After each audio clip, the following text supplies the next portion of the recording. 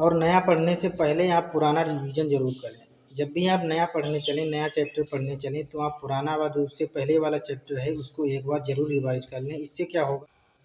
तो हेलो नमस्कार दोस्तों, मैं आशीष आपके लिए लेके आया हूँ एक नया मोटिवेशनल वीडियो। आज की वीडियो में मैं आपको बताऊँगा कि पढ़ाई करते समय आपको किन किन बातों को ध्यान में रखना है। जैसा कि आपको पता है कि एग्ज़ामिनेशन कॉम्पिटिटिव हो, बोर्ड हो या स्कूल हो, इस टाइम में काफ़ी बच्चे बेहद परेशान रहते हैं और बच्चे पेरेंट्स भी इस विषय में काफ़ी बेहद चिंतित रहते हैं। और कहीं बाहर जाते हैं तो बोलते हैं कि बच्चों के एग्ज़ाम्स हैं और ये काम बाद में करेंगे। कोई भी पेरेंट्स ये नहीं चाहता कि उनके बच्चे किसी भी विषय में, किसी भी मामले में, किसी अन्य बच्चों से पीछे रहें। और इस गलाकाट प्रतियोगिता में उनकी यह चिंता जायज़ भी लगती है। जैसा कि आपको पता है कि पहले क्या होता था, जब हम लोग पढ़ाई करते थे तो मार्केट में किसी भी जानकारी के इतने सोर्स नहीं उपलब्ध थे, ना ही इतनी तरह की किताबें उपलब्ध थी। जो किताबें बोर्ड के द्वारा अप्रूव्ड होती थी वही जानकारी के सोर्स हुआ करते थे। लेकिन आजकल के ज़माने में कंपटीशन का दायरा इतना बढ़ चुका है जिससे आपको काफ़ी मेहनत करने की आवश्यकता है। आजकल क्या है कि किसी भी जानकारी के लिए आपको मार्केट में तरह तरह की किताबें मिल जाएंगी, जिनसे आप आसानी से किसी भी जानकारी को इकट्ठा कर सकते हैं। और इंटरनेट के उपयोग ने इस दायरे को और अधिक काफ़ी बढ़ा दिया है। दूसरा एक और चलन देखने को मिल रहा है आजकल, यूट्यूब पे बहुत से टीचर्स अपना अपना चैनल खोल रखे हैं, जिसके माध्यम से आपको घर बैठे एक काफ़ी अच्छी जानकारी किसी भी विषय में उपलब्ध करा रहे हैं।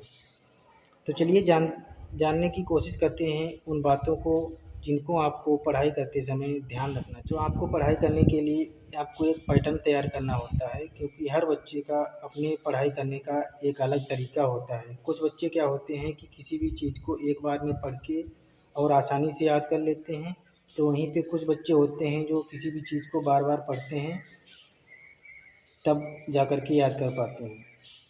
तो आपको करना क्या है कि नोट्स बनाते समय सारी चीज़ों को एक बिंदुवार तरीके से लिखें। इससे क्या होगा कि आपको पढ़ने में आसानी रहेगी और उसको रिवाइज़ करने में भी काफ़ी आसानी रहेगी और आपको एक सिस्टमैटिक तरीके से सारी चीज़ें याद हो पाएँगी और आपका कंटेंट भी ज़्यादा बड़ा नहीं होगा। दूसरा क्या है, आपको कोड्स का इस्तेमाल करना है। ये कोड का इस्तेमाल करना का क्या मतलब होता है, जैसे आपको कोई नाम दिए हैं जिनको आपको समझना नहीं होता है, उनको केवल याद रखना होता है। तो याद रखना एक सिस्टमैटिक तरीके से इतना आसान नहीं होता है, इतनी जल्दी वो चीज़ें याद नहीं होती हैं। तो आपको उनके नाम के पहले अक्षर को उठा लेना है, उनसे एक नया नाम परिभाषित कर लेना है, एक नया नाम लिख लेना है और उसी नाम को याद रखना है। और नया पढ़ने से पहले आप पुराना रिवीजन ज़रूर करें। जब भी आप नया पढ़ने चलें, नया चैप्टर पढ़ने चलें, तो आप पुराना वाला जो उससे पहले वाला चैप्टर है उसको एक बार ज़रूर रिवाइज़ कर लें। इससे क्या होगा कि आप नया सीखेंगे, उसके साथ में आपका जो पुराना पढ़ा हुआ है वो आप भूलेंगे नहीं। नहीं तो क्या होगा कि आप नया पढ़ेंगे तो नया याद रहेगा, पुराना भूल जाएँगे। तो ये एक क्रम है, एक सिस्टम है जिस तरीके से आपको पढ़ाई करनी है। दूसरा क्या है कि आपको कोट्स का इस्तेमाल करना है।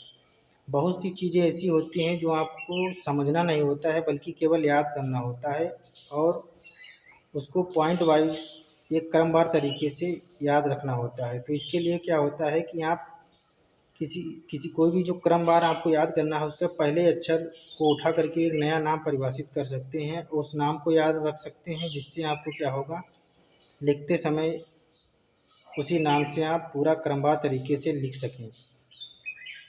इससे क्या होगा, आपको याद करने में काफ़ी आसानी रहेगी।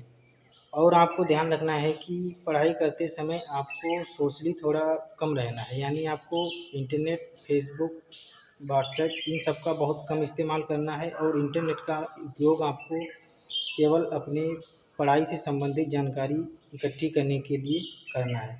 तो अगर आपने चैनल को सब्सक्राइब नहीं किया है, ऐसे ही वीडियोज़ को देखने के लिए आप चैनल को सब्सक्राइब करके बेल आइकन को प्रेस कर दीजिए।